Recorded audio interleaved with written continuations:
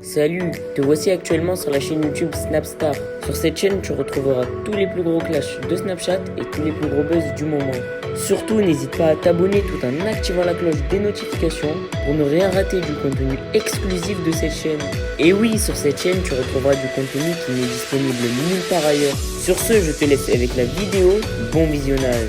Comme vous avez pu le remarquer en regardant le titre et la miniature de cette vidéo, aujourd'hui nous allons essentiellement parler de Nadé Blata. Vous devez certainement tous la connaître. Nadé, c'est la femme de Marc Blata qui est un blogueur. Comme vous le savez, Nadé a une relation avec l'islam très compliquée parce qu'elle a décidé d'enlever son voile à de nombreuses reprises. Dans cette vidéo, la femme au hijab décapotable est très en colère et elle a décidé de juger une femme qui a enlevé son hijab. En effet, Nadé n'a pas du tout mâché ses mots parce qu'elle trouve ce comportement inadmissible puisqu'elle l'a vécu elle-même. Je vous laisse sans plus tarder avec toutes ces explications et n'oubliez pas que vous pouvez donner votre avis dans l'espace commentaire. Ça va, on va pas faire les hypocrites, la France, l'Europe, tout le monde m'a envoyé la story de Soukaina. Je le prends pas mal, c'est logique, c'est faire, il n'y a pas de problème, c'est normal, elle est influenceuse, elle était voilée, elle a retiré son... Elle a décidé hier, je crois, enfin un peu avant, mais elle a décidé de parler hier du fait qu'elle retire son hijab. Du coup, ça a fait écho sur... voilà, quand vous avez vu cette story, et du coup, vous avez forcément... vous m'avez été très nombreuses à m'envoyer la vidéo. Bref. Je vais commencer par vous dire que Soukaina fait ce qu'elle veut. C'est sa vie, c'est sa tombe, c'est notre vie, c'est notre tombe, à toutes, c'est son choix, etc. Maintenant, effectivement, en tant qu'influenceuse, on a une responsabilité. Donc, je pense que c'est aussi pour ça qu'elle s'est exprimée là-dessus. Et ça, c'est compliqué. Moi, j'aimerais bien, du coup, vous faire part de mon expérience à moi aussi, parce que c'est ce que vous m'avez demandé pour la plupart, parce que je ne serai pas là pour parler de l'expérience de Soukaina. Mais on va décrypter un petit peu ce qu'elle a dit ensemble. Et je vais vous expliquer comment moi, je l'ai vécu. En fait, on va essayer... Elle a posté un message sur ses réseaux sociaux et... d'ailleurs, il était un peu long, donc je vais vous poster juste la première partie, ce que les gens m'ont envoyé en majorité. Ça ne veut pas dire qu'il faut faire fi de ce qu'elle a dit après, mais c'est voilà, je vais vous poster ce qui résume un petit peu le truc, et ensuite on en parle. Je vous préviens, la story va peut-être choquer, je vais dire des termes qui ne vont pas forcément faire plaisir aux gens ou quoi que ce soit, mais on n'est pas là pour plaire aux gens, on est là pour vous expliquer les choses, comment je l'ai ressenti, comment je vois les choses, etc. Ok ? Donc, quand tu es influ, on va dire que tu es un personnage public, je n'aime pas trop ce mot influ. Quand tu es un personnage public, tu veux aller vers le cheminement qui est celui de mettre le voile, bah, tu as une double complication. Déjà, dans un premier temps, toi en tant que femme, il faut assimiler tout ça, il faut te mettre en condition, hein. Ça veut dire que c'est pas une décision qui est facile, mais on va parler que du côté pour l'instant personnalité publique. Donc tu te dis, voilà, ok, je vais parler de ça sur mes réseaux sociaux. Donc tu as une responsabilité claire, faut se parler français, faut arrêter de faire semblant, bien sûr que tu as une responsabilité. Mais là, bah, tu fais face à toutes les critiques de tout le monde. Bien sûr que c'est plus facile et tu es beaucoup moins critiqué quand tu es nu, quand tu es sur OnlyFans et tout, que quand tu mets le hijab. Mais c'est pas la faute des gens, c'est Shaitan ça. On voulait pas, cette story va beaucoup s'adresser aux musulmanes, puisque je vais parler d'un sujet qui concerne les personnes qui sont musulmanes, qui vont vers ce cheminement-là qui est le hijab. Du coup, pour les personnes qui ne sont pas musulmanes, je sais qu'elles sont nombreuses à me suivre, eh bien j'espère quand même que vous comprendrez un petit peu, je vais essayer d'employer des termes qu'il faut. Donc, effectivement, quand une fille sur les réseaux sociaux décide de mettre son hijab, eh bien forcément elle est attaquée. C'est triste, c'est pas quelque chose qui est logique, c'est-à-dire que c'est pas quelque chose qu'on devrait faire, mais c'est vrai que dans notre communauté, il faut savoir avoir un regard critique sur notre communauté pour pouvoir éventuellement avancer. Eh bien, dans notre communauté, il y a des gens qui n'ont pas compris que faire un rappel, ça devait se faire avec bienveillance, en apportant un exemple à suivre, qui est celui de notre prophète alayhi salatu salam, normalement. Mais il y en a qui en ont rien à faire et qui vont directement au front, qui critiquent, qui sont très durs. Et effectivement, ça, c'est quelque chose qui est pas bien. C'est normal. C'est vrai, quand tu es une femme, tu vois, c'est compliqué. Tu te manges des critiques et tout. Bon, les filles, elle est influenceuse. C'est un être humain, comme vous, comme moi. Quand elle a décidé de se voiler, oh, c'est pas facile. Qu'on le veuille ou non, on va pas faire les hypocrites. C'est pas facile. On est toutes des femmes, on a toutes des cheveux, on a toutes envie de se mettre en valeur parce que dans cette société, malheureusement,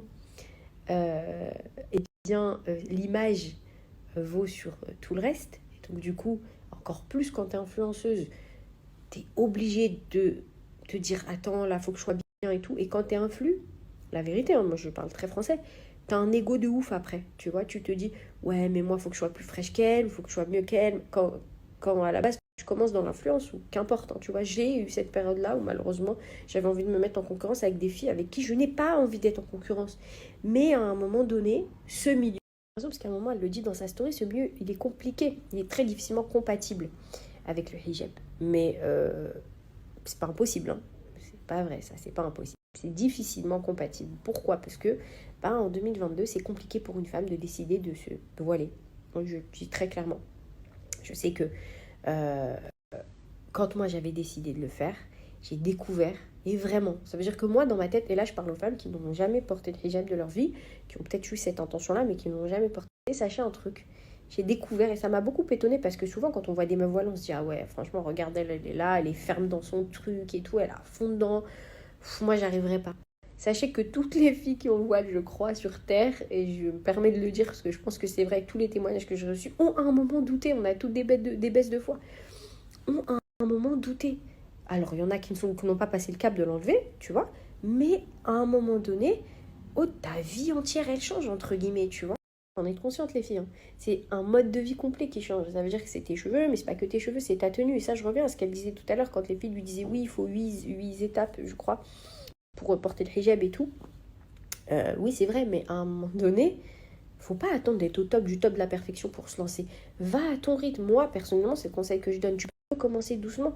Qu'Allah nous prête vie pour arriver jusqu'à la fin. C'est la fin qui compte. Commence doucement, mais fais un pas. N'attends pas d'être super au top du top des 8 trucs. Tu caches le cou, le truc. Moi, j'ai commencé par le turban. Après, je l'ai carrément enlevé. Ensuite, j'ai remis. Puis, j'ai recommencé un peu par le turban. Là, je mets un peu plus hijab. Et petit à petit, je vais m'améliorer. Il n'y a pas de problème. Mais à un moment donné, il faut commencer par quelque chose. Et les personnes qui viennent et qui disent comme ça, oui, mais c'est ça, sinon c'est pas valable. Je sais pas. Laissez les gens aller à leur rythme. Arrêtez d'être brutal.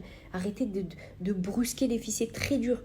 Vraiment, c'est pas facile pour une femme de se décider à prendre cette décision de porter un voile. C'est dur. Laissez-la encaisser déjà le fait qu'elle a se voiler, tu vois, détente, petit à petit. Moi, je pense que les gens, tant qu'ils cheminent, c'est bien. Poussons-les. Quand tu vois qu'une personne, elle chemine, elle fait un pas. Oh là, la pousse pas dans un puits, frère. Attends qu'elle avance doucement, doucement. Laisse-la doucement. Fais des bonnes exhortations. Parle tranquillement avec elle, avec douceur. Soutiens-la déjà pour commencer. Et c'est comme ça, c'est qu'avec la douceur que les choses se payent. C'est pas avec les obligations. Tranquille, elle va y venir. Chacun son rythme. Bon, là, en l'occurrence, elle a plus reculé qu'avancé. Mais voilà, c'est parce que, encore une fois, les gens ils ne vont pas avec douceur. Alors attention, par contre, très important. Et c'est là que je vais peut-être vexer les gens ou quoi que ce soit, mais je vais parler surtout de moi. Et en l'occurrence, avec mon expérience, je peux vous dire que voilà, il y a des choses qu'il ne faut pas dire. Ce n'est pas les gens qui te font retirer un voile. Oui, les gens te font douter. C'est normal, les gens te font douter. Les gens te font douter, les gens te poussent à ça. Parfois, certaines personnes, ce n'est pas les gens qui te font retirer le voile. Quand tu retires ton voile, c'est ta décision. Ta décision, elle t'est propre et elle t'appartient et tu en es pleinement responsable. Et ça, je m'adresse à Soukaina et à toutes les personnes qui ont porté le hijab. Non, les gens ne sont pas responsables du fait que tu ne portes plus le voile. Aujourd'hui, les gens sont responsables de leurs mauvaises actions. C'est-à-dire qu'ils ont mal parlé peut-être, qui t'ont poussé à ça, qui t'ont mis des doutes, qui t'ont mis des ouest-ouest. Mais évidemment, c'est ta décision à toi et elle est propre. Et ça, c'est important de le dire. Et moi, à l'époque où j'ai retiré mon voile, je m'étais fait cette excuse dans ma tête. Je vais vous le dire, hein, parce que forcément, après, t'évolues avec le temps, mais je me suis mis ça dans la tête. Oui, les gens ont contribué à me mettre en doute, mais en réalité, je vais vous dire, je pense que moi, je vais pas parler pour elle, mais moi, je l'ai mis en me disant, allez, je me chauffe, c'est bon, je pense que je suis capable. Et je me rendais compte que ça commençait à trop me changer d'un coup, ça m'avait trop choquée. Et ces gens-là n'ont fait qu'appuyer une décision qui, in fine, m'arrangeait parce que à la fin, je n'avais plus envie de porter le hijab à cette époque-là, qu'Allah me pardonne. Et du coup, il ne faut pas rendre responsables les gens. L'hypocrisie, c'est pas bien en islam. Je pense, et là je m'adresse aux filles qui enlèvent le hijab, toutes les excuses que vous allez vous trouver pour je l'ai enlevé parce qu'on m'a dit le rouge à lèvres ou parce que elle ou ma cousine ou ma soeur ou juste qu'importe, c'est une excuse. Ne soyez pas hypocrite s'il vous plaît, c'est très important. Vous l'avez enlevé parce que vous en aviez envie à ce moment-là et parce que vous ne vous sentiez pas capable de le porter comme moi je l'ai fait. Et c'est pas du tout un jugement. Je l'ai fait encore une fois. Je vous en parle parce que c'est la vérité. Quand tu as une foi qui est suffisamment forte et quand tu es convaincu de la raison pour laquelle tu la portes, mais montez, descendez, il n'y a personne qui va te le faire enlever. J'ai remis le hijab, j'ai eu 2 fois plus de critiques. Voile décapotable, un jour tu le mets, un jour tu l'enlèves, c'est sûrement pour la religion, et t'as des ongles, et t'as des mains, et t'as une bouche, et t'as machin. Rien à foutre. Complètement rien à foutre. Vraiment. Merci à toi d'avoir visionné cette vidéo et surtout n'hésite pas à liker la vidéo et à nous donner ton avis dans l'espace commentaire. Sur ce, on se retrouve dans une prochaine vidéo. Peace.